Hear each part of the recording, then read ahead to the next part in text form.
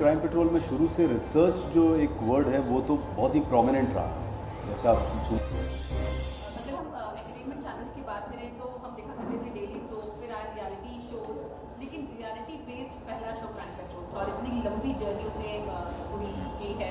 उसको देखने के ढेर सारे चैनल पर अलग अलग रियलिटी बेस्ड शोज आते हैं। इस जर्नी को आप लोगों ने कैसे देखा है?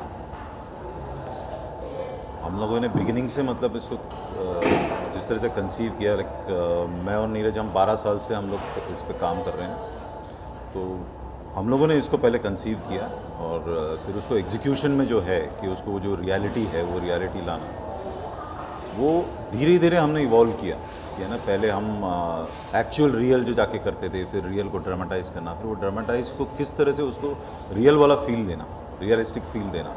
और वो रियलिस्टिक फील जो है उसको जैसे लेवल 750 एपिसोड और 12 साल पूरे हुए, हर साल उसमें एक इंक्रीमेंट आते गया कि रिसर्च में आते गया, फिर शूटिंग पैटर्न में आते गया, फिर जो है जिस तरह से उसको प्रेजेंट किया जाता है एडिट में, म्यूज़िक में, वो सारी चीज़ में जो एंटायर पैकेज है, जैसे आपको रियल जो दिखता है उसको रियलिस्टिक वो फील रखते हुए कैरेक्टर्स को लेके, केसेस को लेके।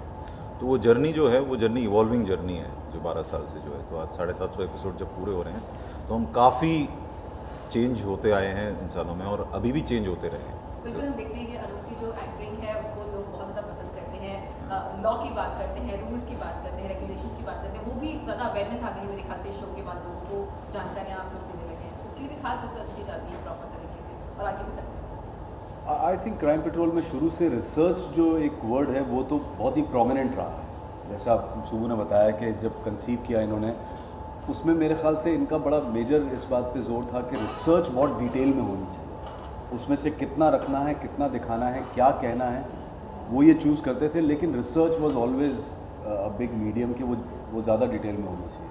आई थिंक उसी वजह से जो एंकर का जो रोल बना इस पूरे प्रोग्राम में, जो कि शुरू से ही था, लेकिन वो एंकर का रोल भी जैसा इन्होंने कहा कि इवॉल्व होते होते एंकर की प्रेजेंस भी बदलती रही। एंकर कहीं ना कहीं एक इस रूप में आने लगा कहानी के अंदर के जैसे वो इस पूरी कहानी में वो भी शायद हिस्सा हो सकता था। वो एक कॉमन मैन बनकर आने लगा और वो कॉमन मैन की बात कॉमन मैन की ज़ुबानी से सुनाने लगा, जिससे लोगों को वो रिलेटेबिलिटी ज़्यादा बढ़ गई। ऐसा नहीं लगा कि ये एक आदमी आता है जो हमें भाषण देकर चला जाता है, हमें सिखाता है कि सही क्या है और गलत क्या है। उनको ये लगने लगा कि ये जो आदमी आके आता है ये भी हम में से कोई एक है और ये जो बात कह रहा है वो हमारे साथ हो सकती है, जिनके बारे में दिखाया गया उनके साथ हो सकती है, इस आदमी के साथ भी ऐसा हो सकता है।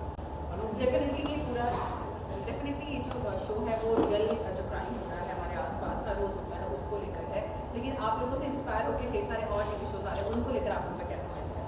नहीं, वो तो आएंगे, ऑब्वियसली वो तो आएंगे। जब इंजन चलती है तो पीछे डिब्बे भी लगते हैं, तो ऑब्वियसली आएंगे। मतलब कहीं भी आप देख लीजिए, कोई भी चीज़ जो है सक्सेसफुल होता है तो उसके पीछे एक ढेर सारी लाइन लगती है, वो डेलीज का हो या इसका हो। तो इससे पहले लोग ये करने से घबरा रहे थे, तो ये सक्सेसफुल हुआ तो हाँ अभी चलो और prime time shows, prime time slots मिले हैं। प्राइम टाइम स्लॉट्स मिले। जब हम पहले पुलिस के साथ करते थे तब भी we were the first ones, तो तभी पुलिस को कन्विंस करना भी मुश्किल पड़ता था। उसके बाद सारे news channels they started to ape the same thing. जब हमने इसको फिक्शनल रूट पकड़ा तो आपके सामने है कि कितने लोग आज वही चीज़ कर रहे हैं।